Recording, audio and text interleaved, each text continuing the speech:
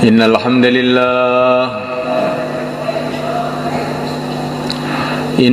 لله نستعينه ونستغفره ونؤمن به ونتوكل عليه. إن الحمد لله نستعينه ونستغفره ونؤمن به ونتوكل عليه ونعوذ به من شرور أنفسنا ومن سيئات أعمالنا.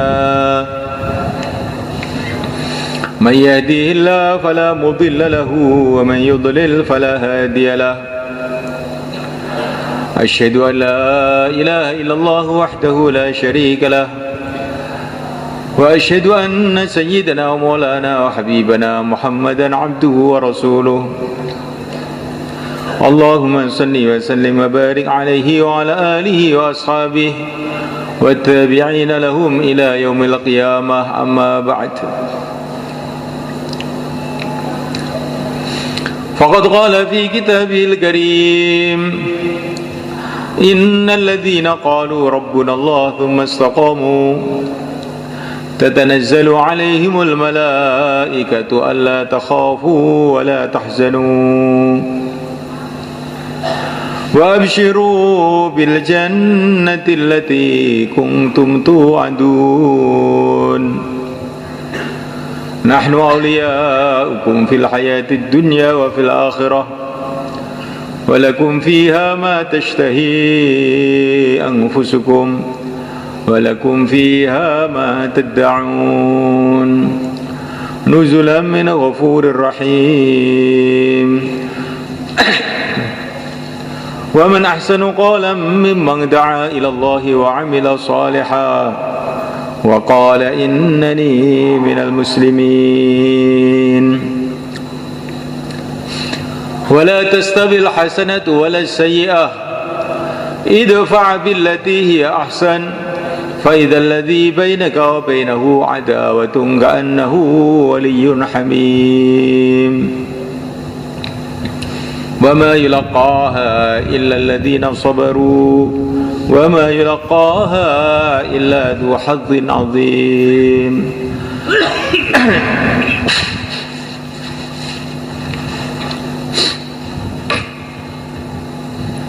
Hadirin yang dimuliakan Allah SWT,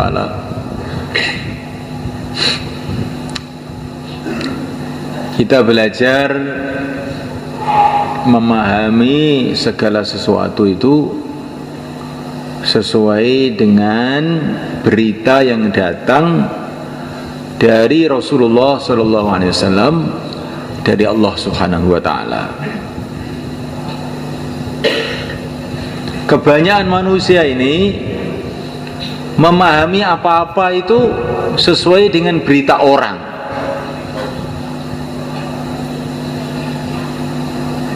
Kalau anak-anak pelajar itu kamu tanya, kenapa kamu sekolah? Katanya, nah gitu.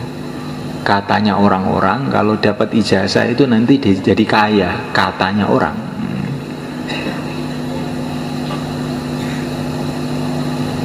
Kenapa kamu pergi ke Jepang? Katanya kerja di sana itu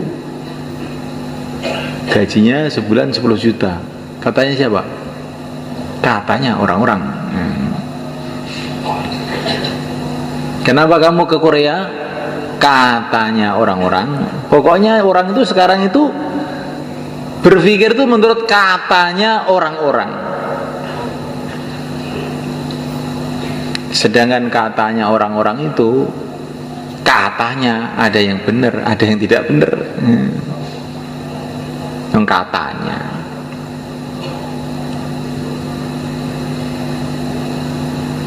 Orang kerja di Jepang gajinya 10 juta, kelihatannya rizkinya tambah, belum tentu.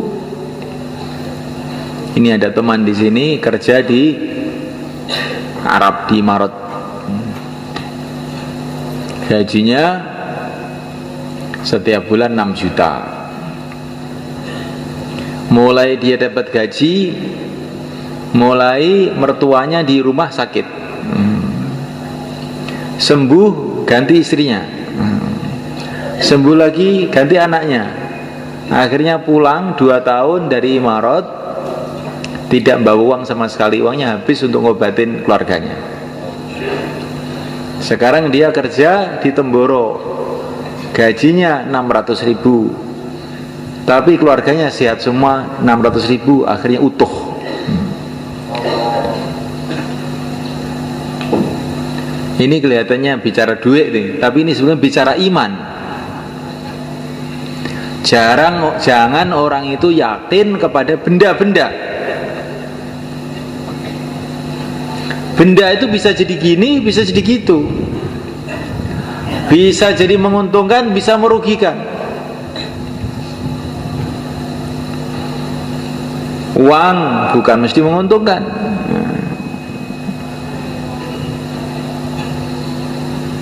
Ada orang bawa uang pergi ke kota, bisa beli sate, beli gulai, kelihatannya menguntungkan.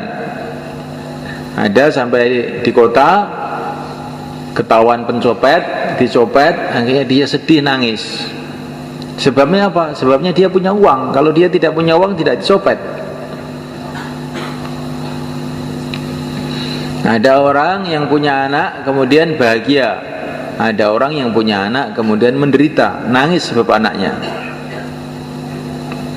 Begitulah benda-benda di dunia ini. Tidak ada yang pasti baik, itu nggak ada. Yang mesti jelek juga tidak ada. Kadang-kadang perkara itu kelihatannya jelek tapi ternyata baik. Bukan mesti jelek, enggak. Nabi Yusuf alaihissalam dimasukkan sumur, dijual ke Mesir sebagai budak, kelihatannya jelek, tapi akhirnya malah jadi raja di negeri Mesir.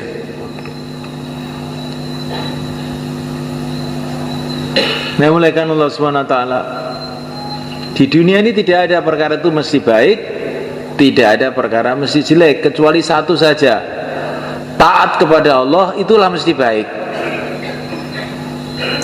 maksiat kepada Allah itu mesti buruk.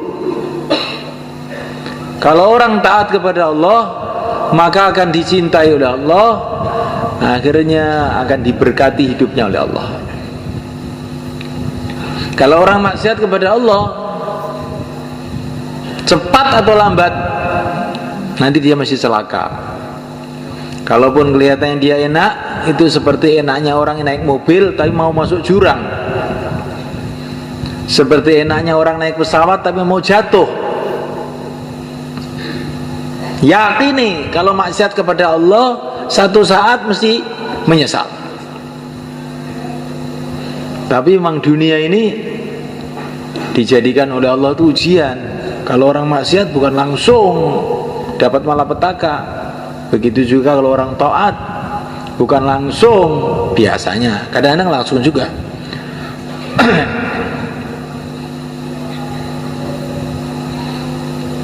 Berita-berita dari mana saja itu mungkin benar, mungkin salah. Tapi berita dari Rasulullah SAW pasti benar.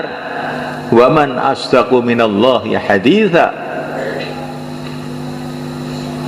Berita dari Allah itu pasti benar. Karena apa? Allah SWT itu maha kuasa. Untuk apa bohong? Orang bohong itu janji bohong itu karena apa? Karena dia tidak bisa menunaikan. Besok kamu saya kasih uang, ternyata besok saya nggak punya uang, akhirnya bohong saya. Kalau Allah SWT tidak perlu bohong, dia Allah maha kuasa. Allah menciptakan alam semesta dengan kun fayakun, jadilah maka jadi. Maka berita yang bersumber dari Allah SWT yang diberikan oleh yang mulia utusan Allah Nabi Agung Muhammad SAW itu pasti benar. Termasuk berita mengenai Ramadan ini. Kalau menurut orang, menurut manusia, Ramadan dengan bukan Ramadan ini ya serupa saja. Ramadan yang matahari dari timur tenggelam di barat sama ya. Ramadan dengan tidak Ramadan ya serupa. tapi berita dari Rasulullah SAW, dari Allah Subhanahu wa Ta'ala, Ramadan ini luar biasa. Ini bulan yang penuh dengan barokah, kata Nabi. Syahrun mubarak, bulan yang penuh dengan barokah, bulan yang doa-doa dimakbulkan, bulan begitu hebatnya bulan itu, sehingga ini di negeri akhirat sana, akhirat itu sudah ada, cuman kita belum ke sana. Kata Nabi, di negeri akhirat sana, waktu Ramadan itu pintu-pintu surga dibuka semua. Allah berfirman kepada surga, "Hei surga, berhiaslah, siap-siaplah untuk menyambut hamba-hambaku yang soleh, yang sebentar lagi akan datang ke sini." Maksudnya orang-orang puasa. Pintu-pintu neraka ditutup. Dan neraka itu kan memang belum waktunya untuk mengadab, toh ini belum kiamat ya. Tapi ini ditutup, biasanya dibuka, ini ditutup untuk Ramadan ini. Seolah-olah Allah SWT itu ingin memberitahu kepada kita, ini pintu-pintu kejahatan itu sudah saya tutup, pintu-pintu menuju neraka sudah saya tutup. Jangan kamu usil di dunia buka-buka pintu neraka.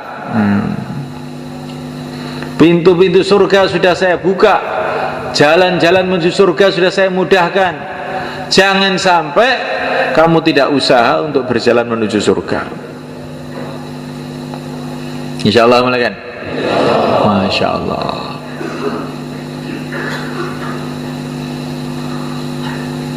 Setiap malam Ramadan dan setiap siang Ramadan, setiap muslim ini ada jatah doa makbul. Kapan itu? Mungkin waktu pagi, mungkin waktu habis sholat, mungkin waktu khutbah Jumat. Dan setiap malam juga ada jatah doa makbul. Setiap muslim, semua kita sama. Orang Islam semua punya jatah doa makbul, tiap siang sekali, tiap malam sekali. Kapan waktunya? Dirahasiakan oleh Allah seluruh Ramadan. Maka hati-hati dalam bulan Ramadan ini. Jangan sampai nanti doa-doa kita ini waktunya dimakbulkan pas kita tidur.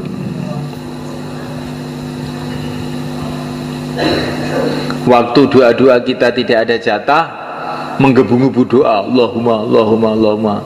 Pintu dibuka, tidur.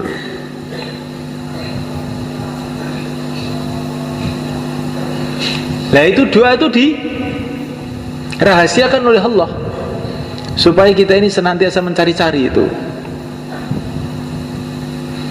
Tetapi umpama kita ini berdoa di waktu-waktu bukan jatahnya, tetap dapat pahala juga, tetap dapat manfaat juga.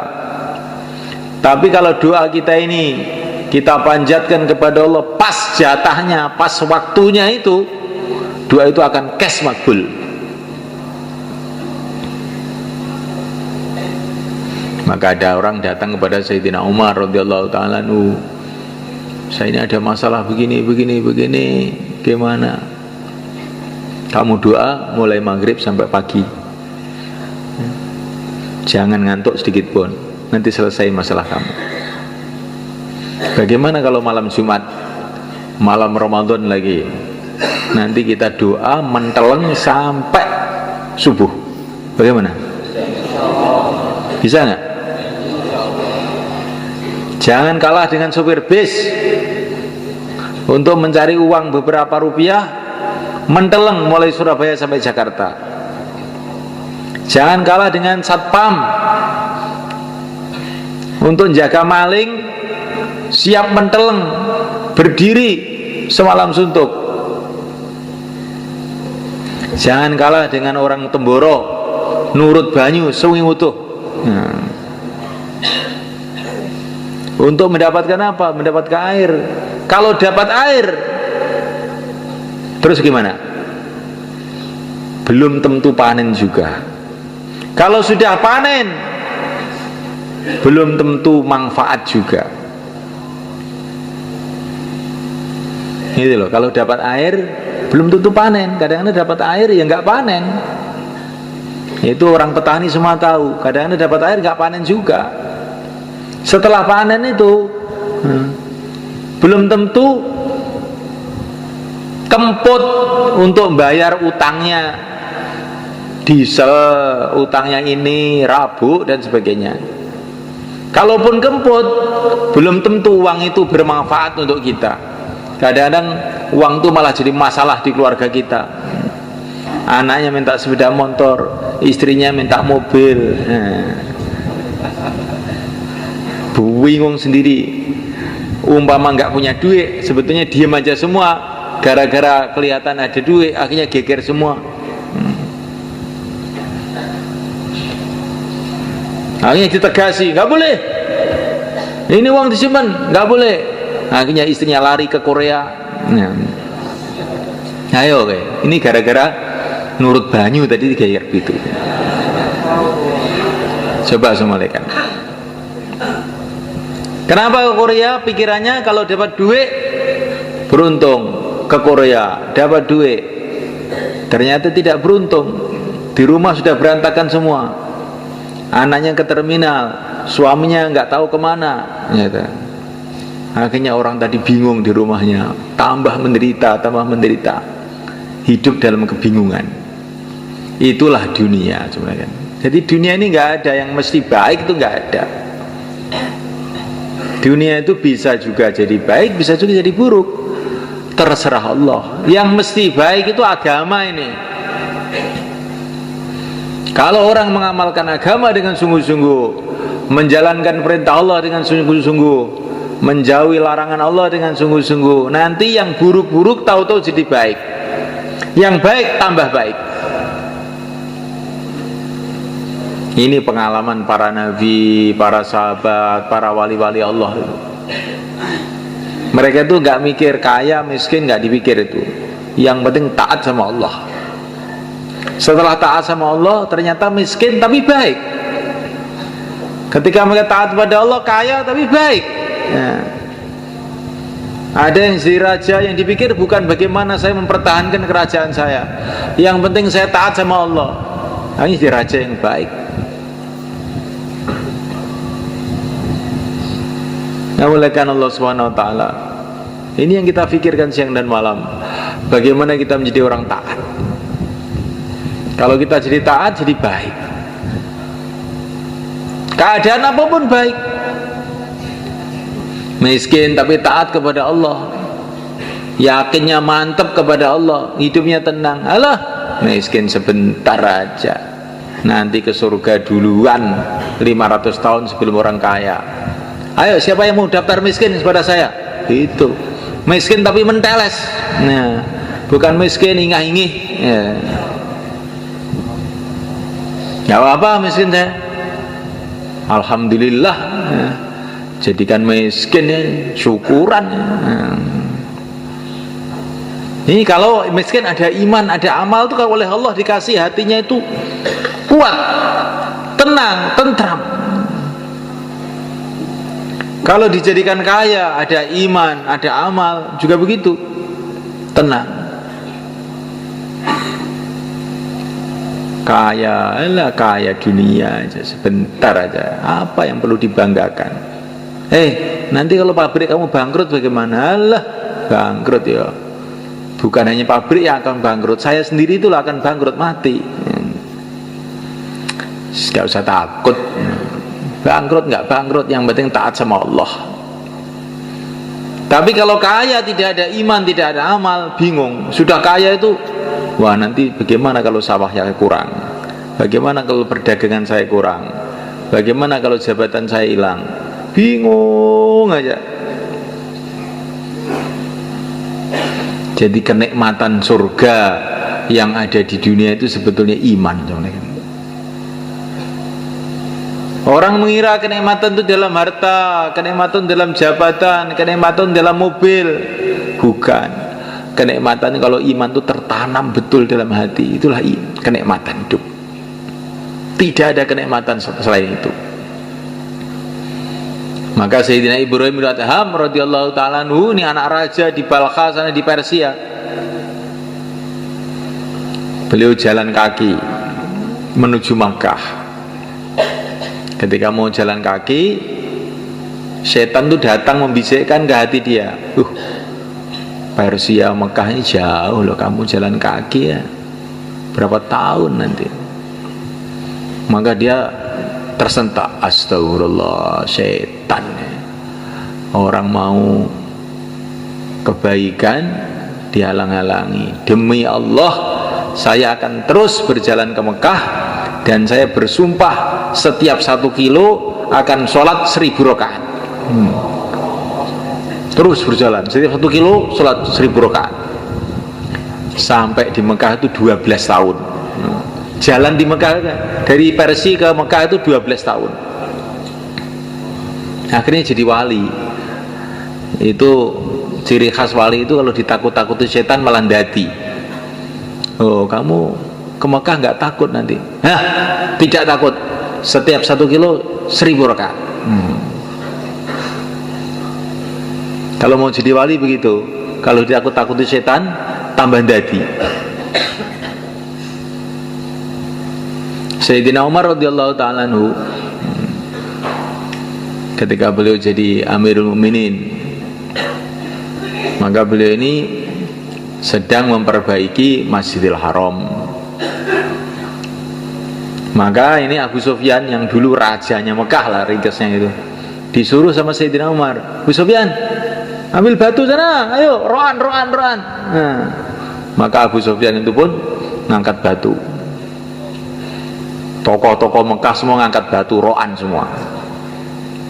Maka setan datang ke hati beliau ini, hebat betul kamu, Abu Sufyan. Nah, kamu jadikan kayak anak kecil aja suruh ngangkat batu. Siapa lebih hebat dari kamu, Umar? Nah, langsung Sayyidina Umar, astagfirullah, setan nih. Langsung beliau itu sujud di lumpur, sujud di situ. Ya biar kapok ini setannya. Oleh setan suruh sombong, sujud bertawadhu. Jadi begitu orang-orang soleh-soleh dulu itu. Kalau dibisiki setan keburukan, dia berbuat sebaliknya. Maka dikatakan para ulama, setan itu tidak berani datang kepada Sayyidina Umar, karena setiap dia membisikkan keburukan, Sayyidina Umar itu berbuat sebaliknya. Kok setan datang, kamu tidur, langsung malah bangun nggak tidur. Kamu sombong-sombong malah tawadhu, jungkel, sujud di lumpur. Kalau setan datang, kamu jangan sedekah, kamu masih banyak keperluan. Nanti Sayyidina Umar dikeluarkan semua uangnya, sedekah. Jangan puasa, ini panas ini, malah puasa. Itu wataknya Sayyidina Umar. Apa saja bisikan setan, beliau berbuat sebaliknya. Akhirnya setan nggak berani. Nanti kalau saya bisiki lagi malah tambah dadi nanti ini. Ya, kita belajar begitu, insya Allah kan. Sekarang ini setan besar memang sudah dibergol. Setan kecil masih ada. Katanya Maulana Zakaria, setan kecil masih ada. Kalaupun tidak ada, itu bekas-bekas ajaran setan yang selama setahun itu masih nancep di hati kita. Ajarannya bagaimana? Nanti kalau diajak keluar, itu terus diundur bulan depan, tahun depan, begitu. Bagaimana kalau kita tentang aja? Insya Allah. Jadi begitu semua lagi kan. Allah sudah berfirman kepada kita bahwa syaitan itu musuh kamu. Inna syaitana kana lakum aduwwan mubina. Syaitan itu musuh kamu. Lah kok malah kita turuti terus? Allah sudah berfirman bahwa Rasulullah itu manusia yang paling sayang kepada kamu, tapi nggak mau kita ikut. Ya ini kan kita celaka jadinya begini ini sebenarnya kan. Namuliakan Allah Subhanahu wa taala. Berita Ramadan ini, Masya Allah, berita-berita dari Nabi itu ajib-ajib semua, malaikat. Orang yang sujud, sekali sujud saja dalam Ramadan ini, bila diterima oleh Allah sujudnya itu, Allah akan bangunkan untuk dia satu rumah di surga, yang rumahnya itu pintunya 60.000 pintu, yang setiap pintu itu ada istananya. Dan dalam istana itu nggak tahu apa yang ada selain Allah SWT. Sekali sujud, alangkah maha pemurahnya Allah SWT, alangkah maha luasnya Allah SWT, alangkah maha dermawannya Allah SWT. Dan bagi Allah SWT tidak sulit yang demikian itu. Katanya orang-orang ahli teknologi, ahli sains sekarang, di angkasa ini ada bertriliun-triliun, nggak ada yang bisa ngitung, yaitu planet-planet yang gedenya itu kayak bumi ini, bahkan banyak yang lebih besar, berlipat-lipat, bergentayangan di udara ini, bermiliun-miliun, triliun-triliun, nggak ada yang bisa ngitung, bahkan tidak ada yang bisa memperkirakan. Dan sekian banyak itu semua, kan, kosong, belum, nggak ada orangnya. Yang ada orangnya cuma bumi ini dok, kosong, belum, nggak ada orangnya. Ada orang yang tanya, lah iya, kalau Allah Subhanahu Wa Taala itu bikin alam semesta jagat raya yang begitu luas, begitu banyak, ada benda-benda kayak bumi bertriliun-triliun, nggak ada yang bisa ngitung, kosong, nggak ada orangnya, kok apa nggak mubadir itu ya. Nggak ada mubadir bagi Allah SWT, karena ini ada maksudnya supaya kamu itu tahu bahwa Allah itu maha kuasa. Kalau Allah berjanji kamu akan dikasih surga sekian banyak, sekian banyak, sekian banyak, sebab puasa kamu, sebab sujud kamu, sebab baca Quran kamu, mudah bagi Allah. Kamu lihat itu alam semesta ini, kosong, belum, nggak ada orangnya. Mengherankan betul. Kalau kamu lihat surga, lebih mengherankan lagi, lebih luas lagi, kosong, belum, nggak ada orangnya, menunggu kamu. Nah, tapi kamu tidak mau usaha ke sana. Nah. Jadi semuanya Allah SWT, ini bulan Ramadan yang mulia ini, kita ini habis-habisan cancut taliwondo untuk kita ini membangun akhirat kita, insyaallah, malaikat. Dan tidak ada cara untuk membangun akhirat kita selain kita hidupkan kembali perjuangan, cita-cita, usaha yang telah dibuat oleh yang mulia Nabi Agung Muhammad SAW. Dimulainya dari kita menguatkan amal masjid kita. Amal masjid kita dalam Ramadan ini kita kuatkan. Mana masjid kita itu? Semua masjid itu masjid kita. Semua masjid-masjid Allah, kita hamba-hamba Allah, itulah yang berkewajiban untuk memakmurkan masjid. Di perkara itu kalau masjid itu jangan, ini masjid saya, ini masjid kamu, bukan. Ini masjid Allah, kita hamba Allah, kita lah yang berkewajiban menghidupkan amal-amal di situ. Jangan merasa ini tugasnya takmir ini. Yang mulia Nabi Agung Muhammad SAW, beliau masuk masjid, beliau melihat di situ ada dahak, ada liak di masjid, langsung wajah beliau merah.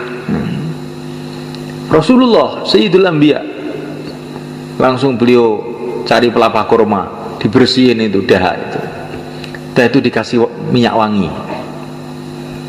Kemudian beliau mengatakan, masjid ini ada rohnya, kurang lebihnya begitu. Kalau ada kotoran di masjid itu seperti orang kena kotoran, maka masjid itu merasa jijik.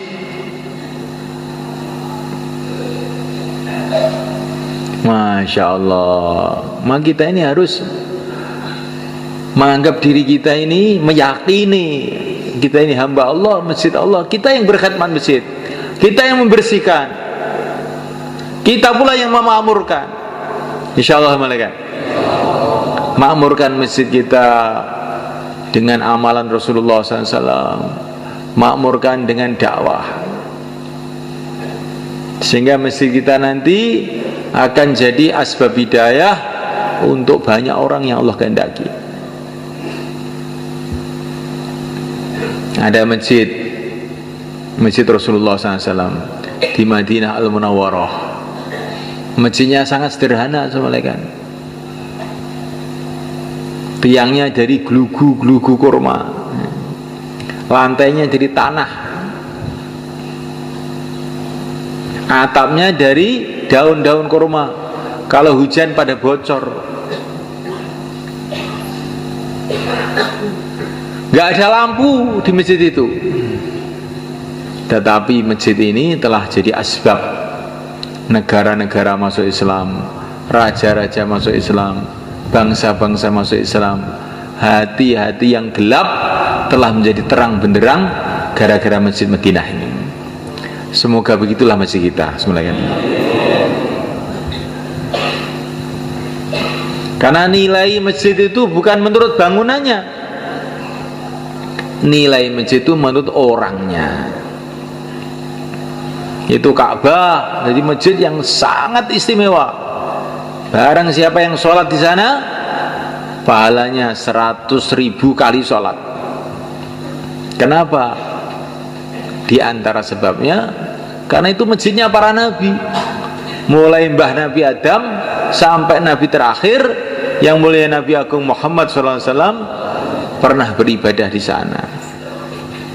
Yang bangun Nabi Ibrahim, kulinya Nabi Ismail, kulinya itu loh Nabi. Makanya masjidnya jadi istimewa. Di masjid itu bukan istimewanya kalau lantainya keramik atau marmer, bukan itu. Yang di masjid itu siapa? Walaupun masjid itu sederhana, tapi yang di masjid itu Sayyidina Abu Bakar Siddiq radhiyallahu ta'ala anhu, Sayyidina Umar radhiyallahu ta'ala anhu. Maka ini masjid paling istimewa di dunia. Itulah Masjid Madinah Al-Munawwarah. Orang-orang kafir masuk Masjid Nabawi, berubah pikirannya, berubah hatinya, sehingga orang-orang kafir jadi wali-wali Allah.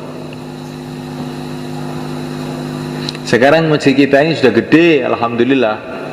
Ini masjid ini lebih gede dari Masjid Nabawi pada zaman Nabi. Wis gede, wis apik ya. Karek wonge engko bengi iktikaf ora karek kuwi ngene.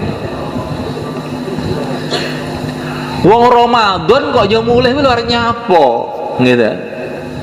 Ramadan ki amalane iktikaf. Ramadan malam Jumat mulih, iku kaya patut. Patut napa mboten?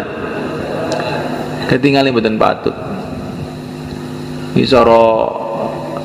cara didilok welek jan masyaallah. Ramadan malam Jumat mulih ora iktikaf. Kuwi kayane wong tuwek umur 70 tahun ngau kathok endek. Ya. Undela-undeli. Wis ngoten niku. Didilok tok langsung moto beleken. Niki tang dina mudin wae. Kalau dina mudin kita ini kalau Ramadan nih, amalan 24 jam mulai kan. Pagi hari bayan hidayah mengeluarkan jamaah. Malam hari terawih panjang-panjang, kadang-kadang sampai jam 11 sampai jam 12 baru selesai terawih itu. Terawihnya panjang-panjang. Masih juga pengeluaran jamaah pagi-pagi, masya Allah.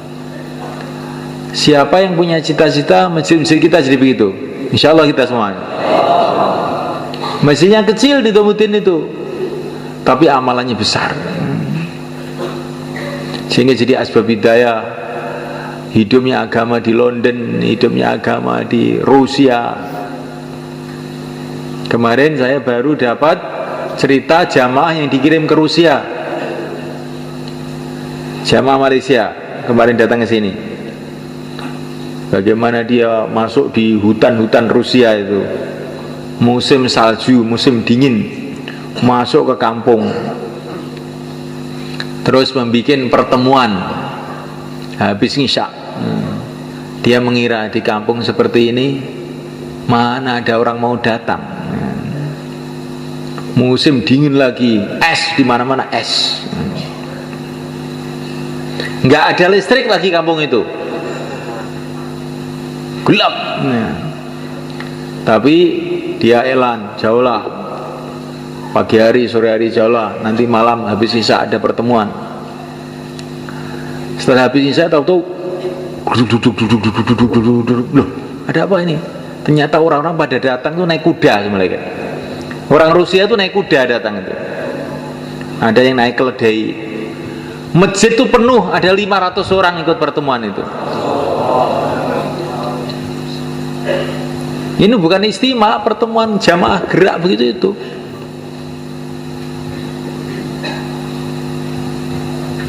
Masya Allah, ini barokahnya fikirnya Syekh Ilyas 90 tahun yang lalu. Rusia bangkit agama, di Eropa bangkit agama,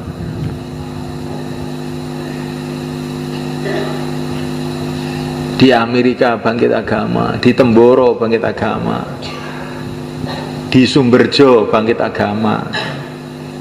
Sumberjo Pak ini agama jangan biyen. Saiki Masya Allah udah nggo serban ngapal nih Quran. Disemelekan Allah SWT. Alangkah indahnya hidup beberapa hari ini, 60 tahun, 70 tahun, terus kita ini hidup jadi asbab hidayah untuk banyak orang.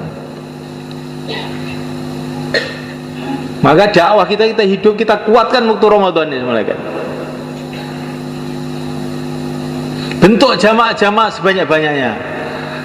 Kefahaman bahwa Ramadan itu adalah bulan di rumah, itu harus kita buang jauh-jauh. Rasulullah pergi ke Badar waktu Ramadan. Rasulullah Fathu Makkah, penaklukan Makkah waktu Ramadan. Jadi Ramadan itu juga bulan ibadah, juga bulan penyebaran agama. Maka kita bentuk jamaah-jamaah 4 bulan, 40 hari. Barangkali nanti dapat Lailatul Qadar dalam Ramadan ini. Kalau orang dapat Lailatul Qadar itu mulai kan doa-doanya makbul. Yang tadinya orang hatinya keras, duit aja hatinya berubah. Karena disalami oleh malaikat Jibril, jadi lembut, mikir akhirat. Itu kalau orang dapat Lailatul Qadar itu begitu itu. Doa-doa makbul, asalnya belajar ilmu nggak masuk-masuk, mudzakarah 6 sifat lali terus, ataupun ingat nggak bisa mengamalkan, berkat doanya Lailatul Qadar berubah, ilmu jadi mudah, cepat paham, ibadah jadi ringan, enteng. Ini barokahnya. Orang itu mendapatkan barokahnya doa-doa Lailatul Qadar, doa-doa Ramadan. Lah untuk mendapatkan itu paling baik dengan kita keluar jalan Allah. Insyaallah malaikat.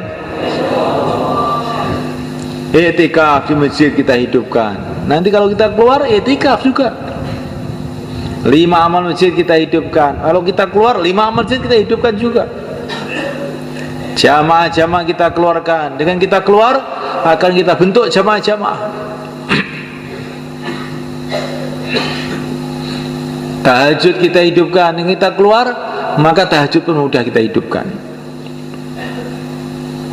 Maka Ramadan ini bulan dakwah di samping bulan ibadah. Insyaallah malaikat. Banyak orang yang dapat hidayah, banyak orang jadi wali-wali Allah dalam bulan Ramadan ini. Orang itu tahu-tahu berubah karena kesungguhannya di dalam bulan Ramadan, tahu-tahu berubah. Jadi orang yang dekat kepada Allah,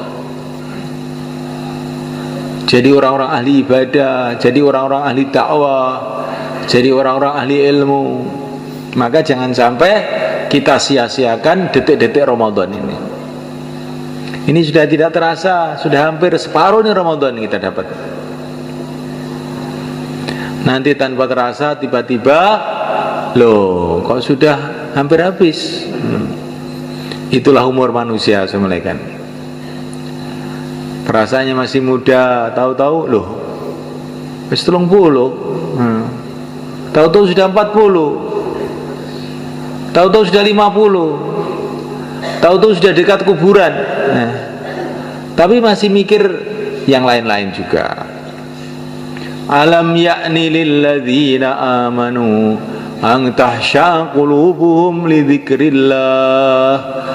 Orang-orang beriman itu apa belum waktunya toh untuk hatinya tenang menikmati zikir kepada Allah itu? Apa belum waktunya? 40 tahun di dunia, 50 tahun di dunia belum pernah merasakan nikmatnya zikrullah. Belum pernah berhubungan yang sungguh-sungguh dengan Allah. Belum pernah nangis pada waktu malam ya. Belum pernah usaha akhirat sungguh-sungguh. Apa kita nggak rugi semua kan? Apakah belum waktunya kita bertaubat? Sudah waktunya, mau kita undur kemana lagi? Apa belum waktunya kita ini mikirkan akhirat dengan sungguh-sungguh? Sedangkan akhirat itu tambah hari tambah dekat, tambah hari tambah dekat. Apa belum waktunya kita ini berlezat-lezatan dengan zikrullah, dengan sholat, dengan tarawih? Terus kapan kita ini? Kapan kita ini akan merasakan seperti yang dirasakan para sahabat dulu? Tarawih semalam-malam suntuk, zikir semalam-malam suntuk. Kapan itu akan kita rasakan? Kalau hidup sekali ini kita tidak bisa merasakan itu, betul-betul hidup kita ini hidup yang rugi. Nah, waktunya Ramadan ini, insya Allah malaikat. Waktu Ramadan ini waktu yang sangat baik itu. Bulan barokah. Barokah itu apa toh? Barokah itu kebaikan-kebaikan datang tanpa kita sangka-sangka. Itu namanya barokah. Maka Ramadan ini Nabi katakan ini bulan barokah. Akan datang kebaikan-kebaikan yang tidak disangka-sangka. Kalau kita jaga adab kehormatan Ramadan ini, akan datang kebaikan-kebaikan yang tidak disangka-sangka. Urusan perjuangan kita, urusan dakwah kita. Akan datang kebaikan-kebaikan yang tidak disangka-sangka. Urusan keluarga kita. Akan datang kebaikan yang tidak disangka-sangka. Urusan ekonomi kita. Akan datang urusan yang tidak, kebaikan-kebaikan yang tidak disangka-sangka dalam macam-macam urusan. Karena ini bulan barokah, syahrun mubarak. Pakai syarat kita jaga kehormatan bulan ini. Puasanya, tarawihnya, tahajudnya, sedekahnya, dakwahnya, taklimnya. Maka Allah Subhanahu wa taala tidak akan menyia-nyiakan kita. Insyaallah malaikat. Semua orang punya masalah. Lah, Ramadan inilah kesempatan kita menyelesaikan masalah dengan berhubungan kepada Allah yang bisa menyelesaikan segala masalah. Inilah kesempatan malaikat. Masalah ini, masalah itu, masalah itu, masalah besar, masalah kecil, bagi Allah Subhanahu wa taala semua kecil aja. Dan Allah pun untuk menyelesaikan masalah kita ini punya sejuta cara, triliun-triliun cara, nggak ada batas yang tidak kita kira-kira. Sayyidina Ali radhiyallahu ta'ala anhu satu hari melihat istrinya Sayyidah Fatimah radhiyallahu ta'ala anha, putri Nabi, sedang sakit. Maka Sayyidina Ali mengatakan, Fatimah, kamu ingin apa? Saya ingin buah delima. Maka Sayyidina Ali pun pergi ke pasar, uangnya cuma cukup untuk beli delima satu aja. Beli delima satu, dibawa pulang. Di tengah jalan ada orang miskin di pinggir jalan minta-minta. Sayyidina Ali merasa gak enak, gimana ya ini? Istri saya seneng delima, ini ada orang minta-minta. Allah Subhanahu wa ta'ala memerintahkan kita untuk membantu orang minta-minta. Gimana ini? Dah, tak sodakohkan aja, semoga Allah kasih jalan keluar. Sodakohkan delimanya. Akhirnya pulang ke rumah, nggak bawa delima. Tapi tiba-tiba Siti Fatimah bilang, ya Ali, gak usah beli delima ya, gak usah beli delima. Loh kenapa? Saya kok sekarang kok jadi gak seneng. Tadi ingin gitu kok, sekarang kok tidak lah. Gak usah beli ya.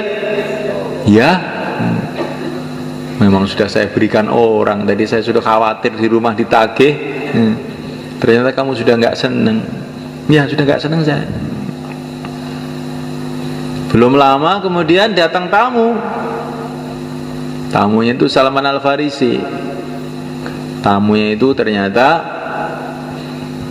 utusan Rasulullah. Saya kesini utusan Rasulullah. Mau apa? Ini mau ngantar hadiah. Hadiah apa? Delima dari Rasulullah. Langsung dikeluarkan dari kantongnya delima.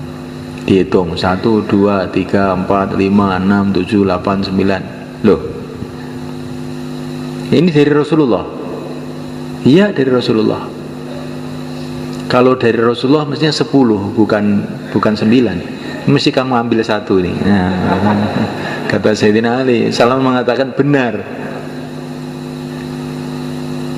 Memang saya ambil 1, tapi saya ingin nguji kamu, ngerti nggak kamu coba? Dari mana kamu kok tahu ini bahwa delima ini 10, saya ambil 1? Sayyidina Ali ini, saya itu baca Quran mulai awal sampai akhir itu nggak ada orang beramal 1 pahalanya 9, itu nggak ada. Minimalnya pahala itu 10, bukan 9. Maka mesti kamu entet ini. Ini katanya Sayyidina Ali. Jadi sudah mulaikan Allah Subhanahu wa ta'ala. Ini ilmunya Sayyidina Ali itu aneh-aneh kadang-kadang. Ini di ilmu tafsir gak ada begini nih. Ini pemahamannya para wali mengenai Quran ya, sebenarnya. Saking yakinnya Sayyidina Ali kepada Al-Quran ini mulaikan. Maka dia yakin bahwa apa yang dia buat mesti dibalas oleh Allah. Dan kalau ini dari Rasulullah, mesti Rasulullah itu mesti kasih ilham oleh Allah. Nggak mungkin itu ngawur, itu Rasulullah nggak mungkin. Kalau Rasulullah itu dikasih ilham dari Allah mestinya 10, nggak 9. Nah, ini tafsirnya Sayyidina Ali ini. Karena Rasulullah itu semua perbuatannya adalah dari bimbingan wahyu. Lah wahyu nggak ada yang 10 dibalas 9, 1 dibalas 9 itu nggak ada. Man jaa bil hasanati falahu asyru amsalha, balasannya 10. Lah saya ini sudah sedekah kok nggak ada balasannya Pak ya. Mungkin balasannya tidak di sini, balasannya di akhirat. Atau mungkin sedekah kamu itu kurang ikhlas. Sedekah dengan cemberut. Sayyidina Ali itu sedekahnya dengan yakin ini perintah Allah. Maka kalau kita sedekah itu dengan ikhlas. Tandanya ikhlas itu gimana sedekah itu? Yang memberi dengan yang diberi itu lebih gembira yang memberi. Kalau kamu ngasih orang, kok kamu tampak lebih gembira daripada yang dikasih, itu tanda-tanda ikhlas. Tanda ya. Karena berarti kamu yakin dengan janji Allah, orang yang memberi akan dikasih berlipat ganda. Tapi kalau memberi dengan ngomel, bolak balik stawai yo jinjaluk itu. Ini berarti tondo-tondo orang ikhlas. Nah, mulaikan Allah Subhanahu wa taala. Maka kita pun nanti kalau ditasil untuk keluar, itu berangkat dengan ikhlas supaya kita dapat pertolongan Allah. 4 bulan itu berdiri itu dengan gembira, Masya Allah. Kalau saya membela agama Allah, Allah akan bela saya. Beruntung saya. Maka berangkat itu dengan gembira, bukan dengan cemberut. Insya Allah malah kan. Maka yang mau keluar 4 bulan, 40 hari tambah masa, sisa masa, silakan berdiri ke selatan. Monggo, dengan gembira berangkat. Nah, bismillah. Monggo. 4 bulan, 40 hari Ramadan. Monggo. Termasuk yang 10 hari juga. Yang mau keluar 10 hari, monggo.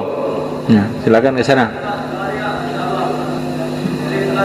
Monggo sing badhe sedasa dinten niki 10 hari Ramadan. Monggo.